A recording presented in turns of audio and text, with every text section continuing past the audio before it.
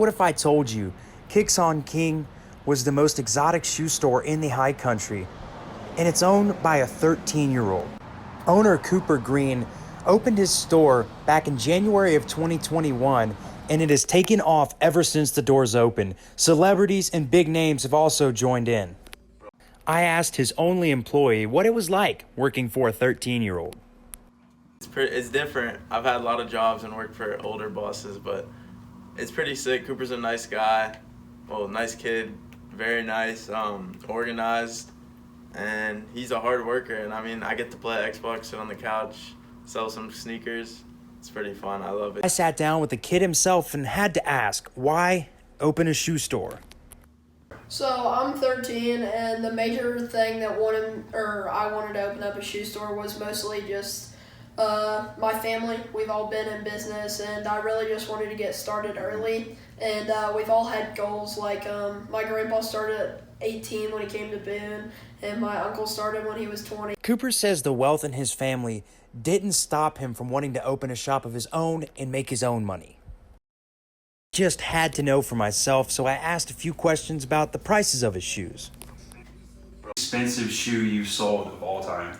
So we have a pair of Fear of God. They sample pretty much of a Jordan and a Fear of God, and they collabed and made a high top.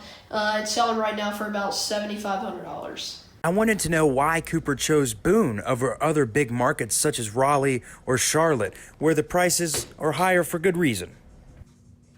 Boone, it's a good spot. I mean, it's not like what you're gonna get like hundreds of thousands of dollars, millions up there, but it's a fun thing that I get to work, and it's also just teaching me the things of business and how I can interact with people. I asked Cooper's grandfather what made him want to give a 13-year-old a business.